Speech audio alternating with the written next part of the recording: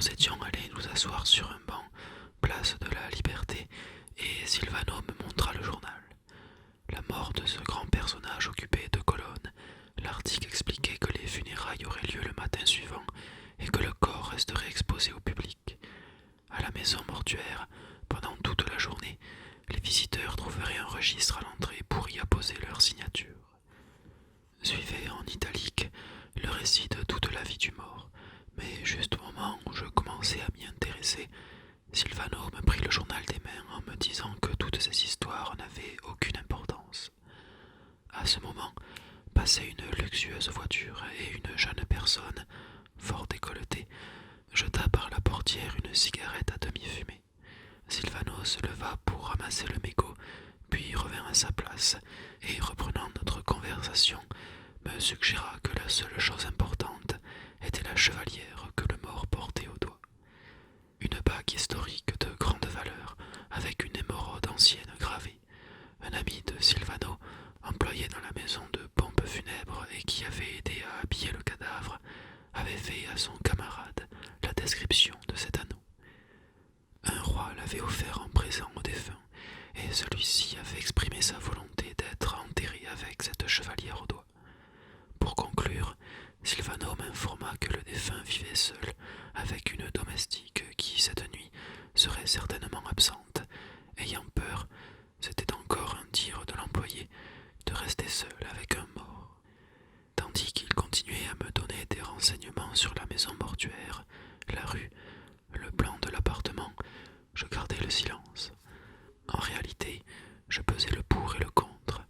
D'une part, l'exceptionnelle occasion qu'offrait cette bague, de l'autre, le fait que Silvano est un des êtres les plus malchanceux que je connaisse. La guigne est inscrite sur son front. Jamais la chance ne lui sourit pour lui tendre un piège et lui faire la culbute dans l'adversité. Son nez, à lui seul, révèle son infortune. Un nez en battant de cloche, dévié, livide, se terminant en boule et orné d'une vilaine verrue brune. Un nez qui découragerait rien qu'à le regarder. Vous pensez ce que c'est d'en être affublé. Je suis pauvre, bien sûr, mal vêtu, et dans les moments de débine, je puis même avoir l'air d'un vagabond. Mais ce relent de misère, cette odeur d'asile de nuit et de soupe populaire qui émanait de Silvano, je ne les ai jamais connus. Jamais je n'ai ramassé de mégots jetés par une portière.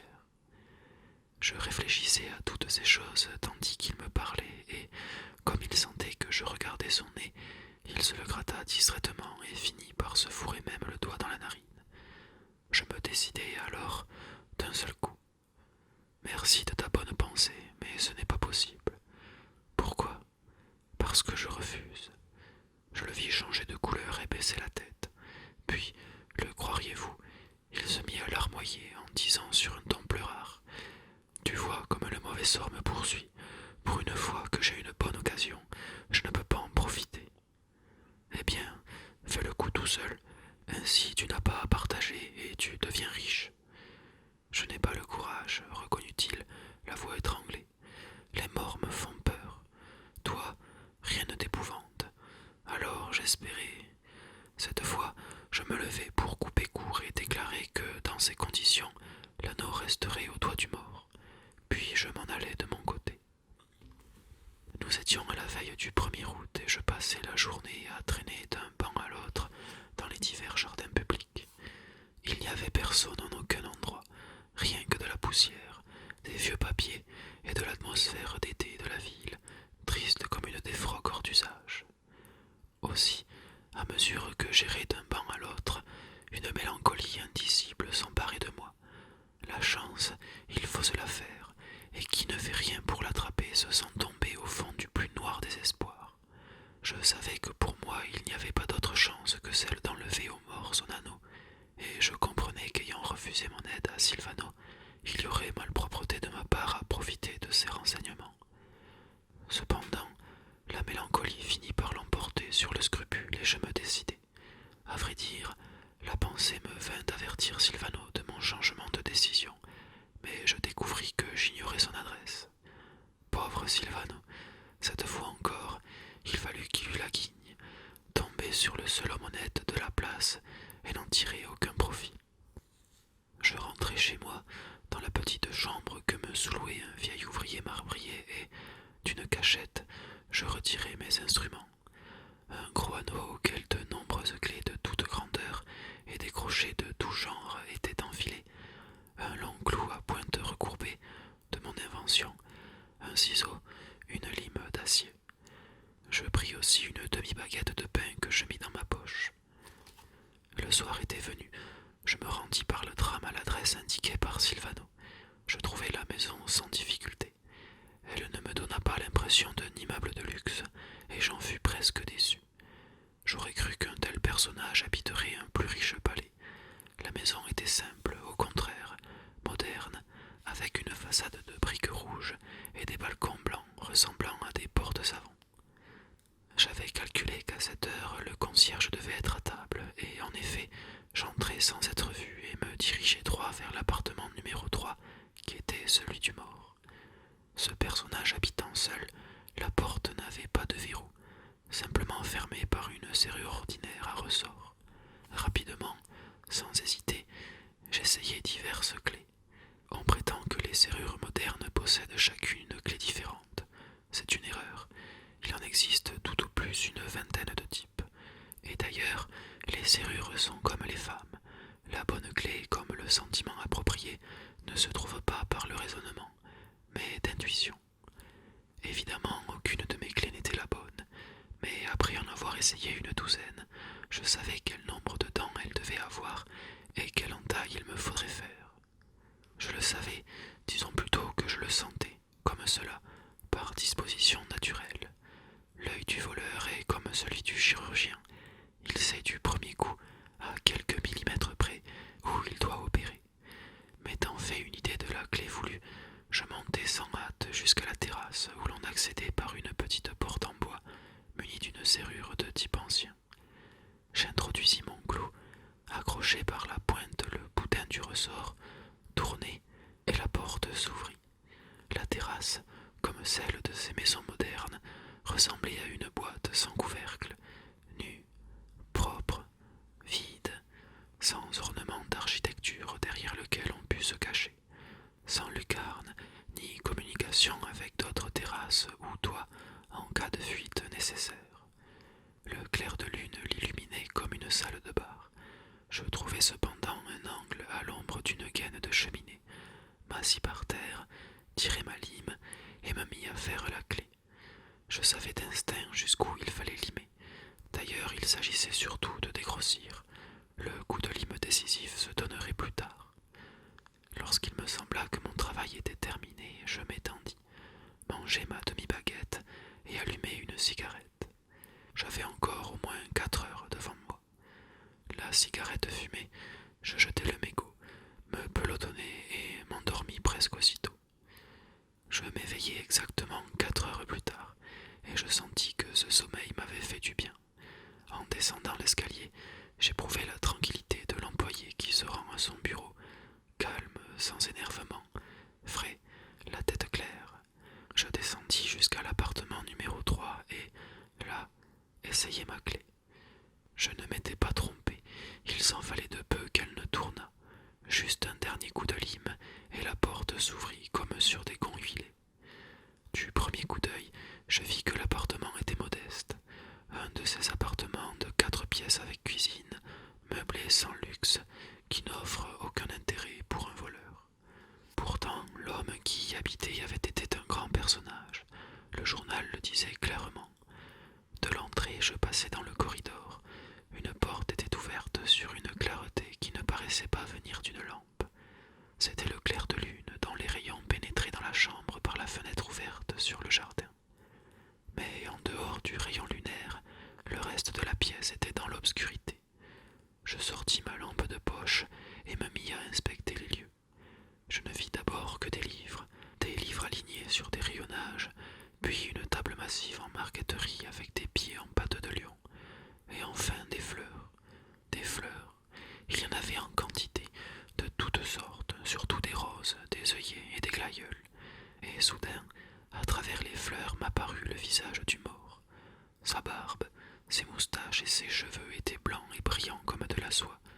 Ses joues étaient pleines et rosées, ses paupières fermées, transparentes. Un homme de 70 ans, corpulent, imposant, florissant, aristocratique. Un mort digne de respect, un grand mort.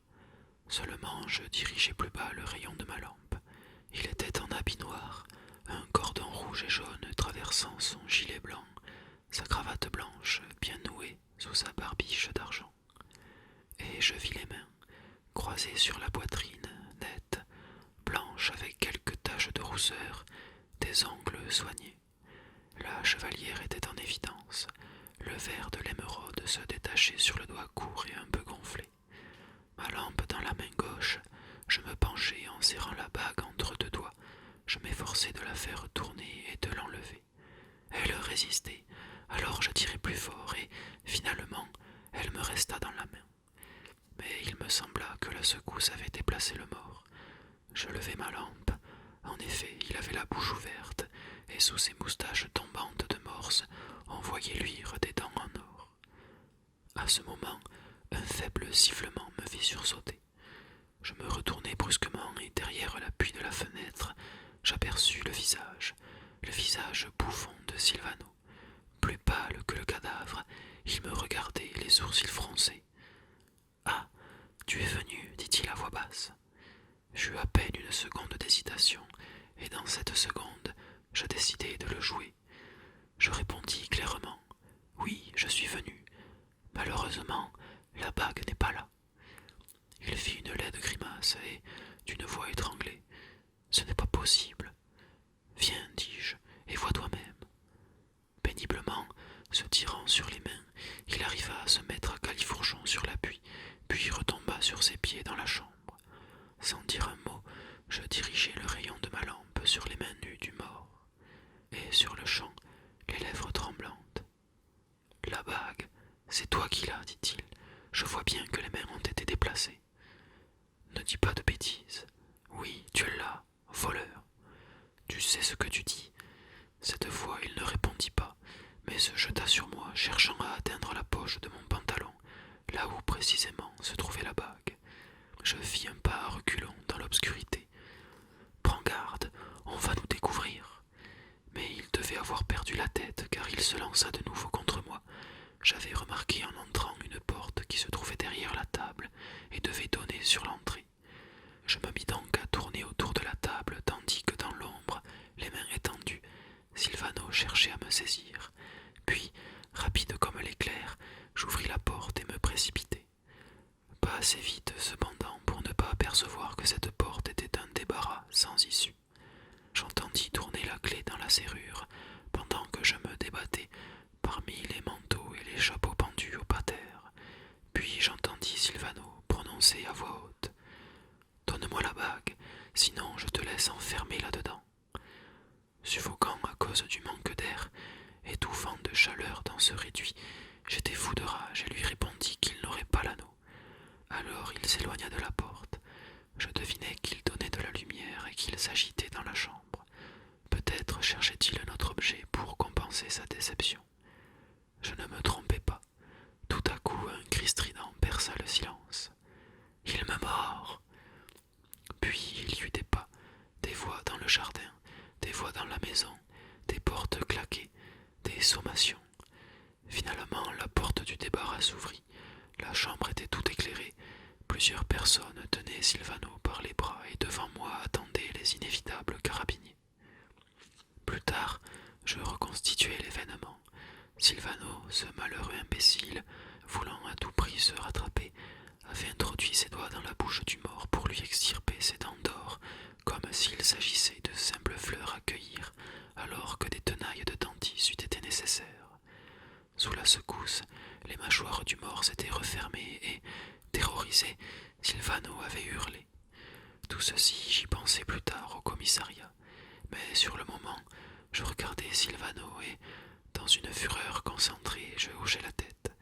Évidemment, avec ce nez-là, il n'y avait rien à faire. C'était bien ma faute de ne pas l'avoir compris plus tôt.